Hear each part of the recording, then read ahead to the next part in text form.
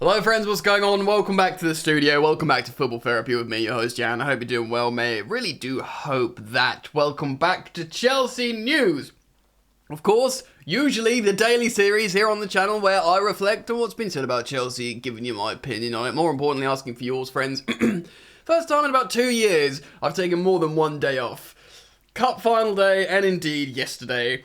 Although, I'd like to be relatively impartial and, whatever, neutral and informative when it comes to presenting Chelsea news. As a Chelsea fan, I still ultimately am a Chelsea fan, and the fallout from the FA Cup disappointment, certainly the men's team, I just needed to take some time to chill.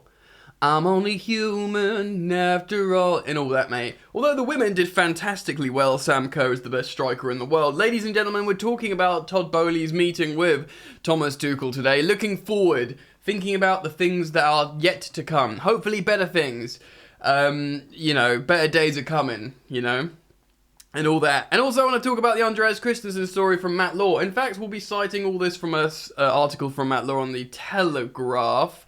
It is on the Chelsea website as well, but I'm consolidating this information. I'll put a link down in the description. Perfect opportunity to let you guys know this video is brought to you by SPITCH. Oh yeah!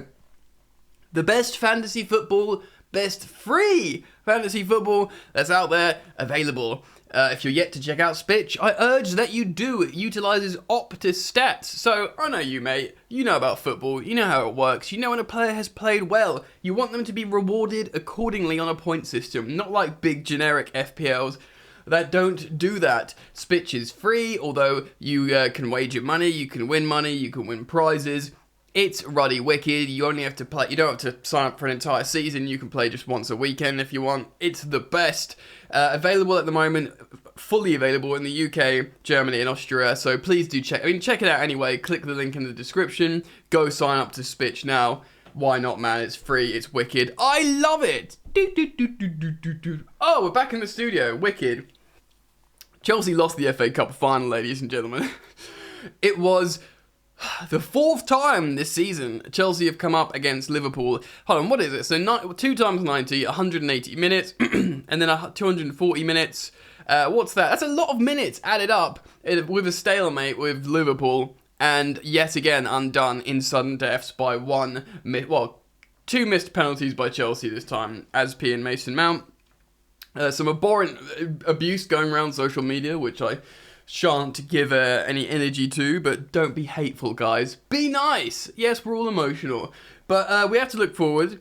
Thomas Tuchel has had dinner and a meeting with Todd Boehly now. They have met. They have, and there's nice pictures of different fans on social media meeting Todd Boehly from around Stamford Bridge and maybe Wembley as well. He's being very positive with the fans, as you'd kind of expect, saying, don't worry, guys, good things are coming. But I know a change gon' come. Oh, yes, it will. So we're going to feel good about better things to come out. Let's be real, man. We're going to get into the stories in a second. But the season has been beyond testing.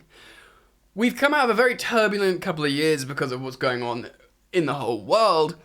But this season, sanctions, injuries to our most important, apparently, assets in the team in Chilwell and James. Chilwell out for the whole season, James out for a good chunk of it. The Lukaku interview was absolutely, it derailed the train that was Chelsea entirely, almost alone. And of course, the unprecedented situation with the sanctions. At the beginning of the season, we were singing songs about Roman Abramovich. That seems a long time ago. The guy that's owned Chelsea for nearly 20 years is gone. He's now an afterthought. We've got a new guy coming in, and he's promising a new way of running Chelsea, a new dawn, and hopefully a change is going to come. So before we talk about Thomas Tuchel's relatively limited comments regarding that dinner and what he has to say and what he's speculating, and then we can sort of talk about that ourselves a little bit, let's hear the situation of Andreas Christensen. Andreas Christensen, soon to be a Barcelona player that I think largely is checked out of Chelsea a while ago. Unlike Antonio Rudiger, it's a bit disappointing with Christensen because he is an academy player, a young teenager at least. He has been at Chelsea a long time. let's read this. Andreas Christensen forced Thomas Tuchel into a last-minute rethink by pulling out of the Chelsea squad on the morning of the FA Cup final against Liverpool. Telegraph Sport understands that Christensen, who will join Barcelona on a free transfer when his contract expires this summer, he'd been in the lineup to start the final against Liverpool, and then told Tuchel that morning that he can't play. Christensen did not report an injury, although sources close to the player claim he had been feeling unwell during the week and had not been expected to be named in the starting lineup.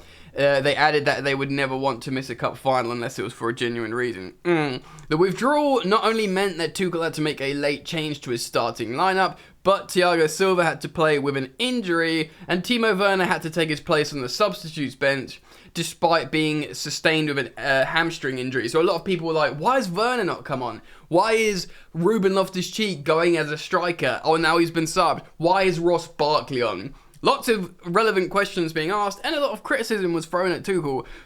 Timo Werner was on the bench just to sit there. He was injured, apparently. Yes, you could say, well, put a youth kid there on or whatever, but whatever. The thing is, Timo Werner was injured. Christensen had played in midweek when the victory over Leeds, in which Mateo Kovacic was lucky to escape a serious injury after being fouled by Dan James. Look, Silva was hurt and required treatment early in the half. Trevor Chalobah had cleared the ball and accidentally kicked it into his teammate. But the 37-year-old played the 90 minutes, which was good. Look, man. Andreas Christensen, I'm not going to dig him out saying, oh, he's just pulled out because he wants to protect himself for Barcelona. I'm not necessarily sure that's true, but cast your mind back a few years ago to the Maurizio Sarri season, where he did indeed play Christensen on and off, and he spoke about how Christensen gets unwell before games, and he always runs to the toilet before games. Now, look, this could be a genuine medical thing. I'm not going to take the mick out of a guy, but I remember reporting back then, and I'll say it again, it seemed like he was genuinely shitting himself, literally, before matches. I don't know, maybe he's throwing up, whatever, maybe his stomach just goes weird.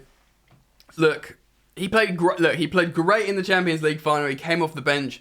He was heroic in that final, and that alone will have cemented his name in a portion of Chelsea's history. But I'm not going to miss him. He said to I don't think Rudiger has snaked Chelsea, because he was pretty he maintained his position all the way along and he gave everything on the pitch. Someone like Courtois, I think, is a snake to a degree, because he told Chelsea he was going to re-sign. He suddenly changed his mind. Not only did he not change his mind, he genuinely didn't turn up to training. They put Chelsea in a really difficult position. Chelsea had to sign Kepa for 71 million, and they had to sell Courtois for 30. He absolutely stitched Chelsea up, and he knows he's done that, and he's always talking about I hope the fans are sort of nice to me now, because he knows he's screwed Chelsea over. He snakes Chelsea. Now, I'm not saying Christensen has done the same as Courtois, but ultimately he had moved the goalpost. Tuchel referenced this in press conferences. The club thought a deal was about to be done. He was going to re-sign. He gave the indication of that, and then suddenly went, actually, no, I'm not going to re-sign. I'm not going to always play for you. I'm going to go to Barcelona on a free, and I'm available. I'm not available. The opposite of Rudiger. I'm not going to hate on him. I don't want to hate direct at him, who was great in the final. But in terms of his legacy as a Cobham graduate, it's a little bit disappointing. Let's move on. Now, let's talk positive stuff now. So Tuchel met Todd Boehly for a dinner with the staff, and like I said, it's been generally a positive feeling. He's been attending games, he's been stopping, talking to fans, Todd Boehly that is, and he's being very, very positive. He's not tempering expectations. He's saying, no, don't worry, change is coming, good things are coming. Wonderful. So let's reference this part of Matt Law's article. Tuchel meets Boehly, but transfer targets not yet discussed, which is interesting. I personally would speculate there are transfer discussions happening within the building at Cobham. Tuchel met the front man of the incoming new owners, Todd Boehly, last week, but intends to discuss Chelsea's summer plans and transfer targets in the next round of talks with the American. Quote, so this is when he references a sort of dinner. We had lunch together, or lunch. But it was in the room where everybody was like players and staff, said Tuchel. He was very friendly, very open, and it was very informal meeting over lunch. So probably you can imagine him being like, hey guys, what's up? You know, we're going to really go for it next season. We're going to create an evolution or revolution maybe, and we want to move forwards, and you know, what a great club. You can imagine stuff like that. It was like half an hour, 40 minutes, so not too detailed. Well, it's a quick lunch. Well, 40 minutes, I suppose, isn't that quick. But, you know, you'd want to, like, chill out. I mean, people are I'm assuming, right, rich people are very busy, and they just have to be places, right? Is that how it works? So it's not too detailed. I was just get a feeling to say hello, and we talked more about baseball than basketball, actually. Better you than me, Tuchel, because if I was asked to talk about baseball and basketball, I would be absolutely stitched, mate. I'd be like, sure, 3-pointers, basketball, home run, etc. It was not the moment. We will do this next week. And in the next week's, interesting to say next week, we are now in next week. Is he meeting Boehly right now and being like, Perisic, wing-back cover, Jules Koundé, our centre-back, Darwin Núñez, striker, said that like Alan Partridge. Let me know if you know that reference down in the comment section. Striker, very, very funny. Tuchel, though, is confident that, having agreed to pay £4.25 billion for Chelsea, Boehly will match his ambition, the German added. So he said, quote, he paid a lot of money for it, so I don't think he's keen to drop the ambition. That would be a big surprise. So no, I don't doubt this. We will share our opinion in more detail over the next weeks, and I'm sure he is ambitious to build a competitive Chelsea for the highest level. Boom, boom, boom, shake the room. This article goes on, speaks about social media fallout, about Mason Mount's missed penalty, which I don't want to get into. I just think all that social media stuff is dumb. Mason Mount's had a record-breaking season. He wasn't the only person to miss a penalty, and ultimately, it's just life, baby. So what are we saying here? Todd Boehly's walking around being very positive, speaking to fans and talking about big positive shifts. He's attended many Chelsea games of late, mostly disappointing. Hopefully he was at the Women's FA Cup final where we had a superb result and resilient performance. Thomas Tuchel, though dedicated on work, the game has stated there that he's like, yes, he's gonna, build a very competitive Chelsea. He's got money in, he's a good guy. Thomas Tuchel kind of like nailing his colours to the mast there. Like, I'm staying at Chelsea with the new owner to rebuild. There is positive things coming here. Or certainly at the moment we can hope and speculate there's positive things coming. And we know what's changing. We know Christensen's gone. We know Rudiger's gone. Rudiger spoke to the media after the FA Cup final. He was down. He was bummed out. He's authentic. He wanted to win. He said, look, I'm not staying. He said sort of, I'm leaving. His first time he sort of said, yeah, I'm leaving. He's leaving. Christensen's leaving. And we need to clear out. We need a couple of new characters. We need a new feeling, a new revolution. We might even need some new tactics. But that's not a criticism of Tuchel. That is watching, hopefully, an opportunity for Tuchel to try out new tactics with new personnel. I think the back three's been great. I think it could even work better with different players and more training and a different attitude. But also, I think perhaps we could try something else. Remember, Tuchel throughout his career hasn't always been wedded to a 3-4-2-1 or a 3-4-1-2. He played like a 4-2-4. He's played like a 4-3-3/4-2-3-1. He will play different formations. I think he just sort of got into the Premier League, saw that Chelsea's players fit that in terms of being resolute, especially after Frank Lampard's sort of leaky Chelsea conceding goals. He was like, well, you've got the players to play this three-back system, which can definitely prevent chance creation. Let's do that! And then obviously it went rather well, and we won the Champions League in the first 6 months. So you can understand why Thomas Tuchel has sort of leaned into that a little bit. Do you know what I mean? So there's that. I do think there's an opportunity to change, especially with new personnel. And maybe the owner, well, the owner group, but the fronted owner, Todd Boehly, will offer him the opportunity to do that. And we'll, like we've discussed before, perhaps a new data-driven Chelsea. Things are happening. There's the fallout, ladies and gentlemen, in your Chelsea news for today. If more news breaks, I will of course react to it here on the channel. We are back in the week. We're in full flow. Do consider subscribing. Please do drop a like. It means a lot. And, see you very soon. Peace. so tough with that bad boy tuck. I'ma get it how I'm living, I'ma walk the walk.